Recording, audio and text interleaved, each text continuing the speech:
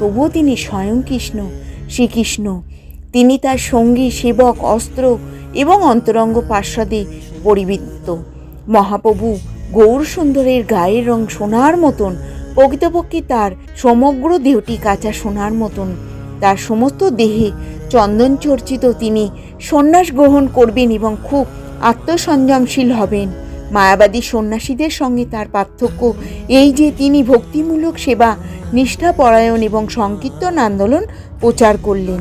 শচী দেবীর পুত্র সন্তান রূপে পবিত্র ধাম নবদ্বীপে আমি আবির্ভূত হব। ভক্তিরূপে পৃথিবীর বুকে আমি স্বয়ং কখনো আবির্ভূত হই। বিশেষ করে কলিযুগে সংকীর্তন আন্দোলনের সূচনায় উদ্দেশ্য শচীনন্দন রূপে আমি আবির্ভূত হই। কলির প্রথম সন্ধ্যায় ভাগীরথী তীরস্থ রমাস্থানে গৌরীয় রূপধারী শচীপুত্র রূপে আমি ভবিষ্যৎ অবতীর্ণ হইব। হে নারদ, কলি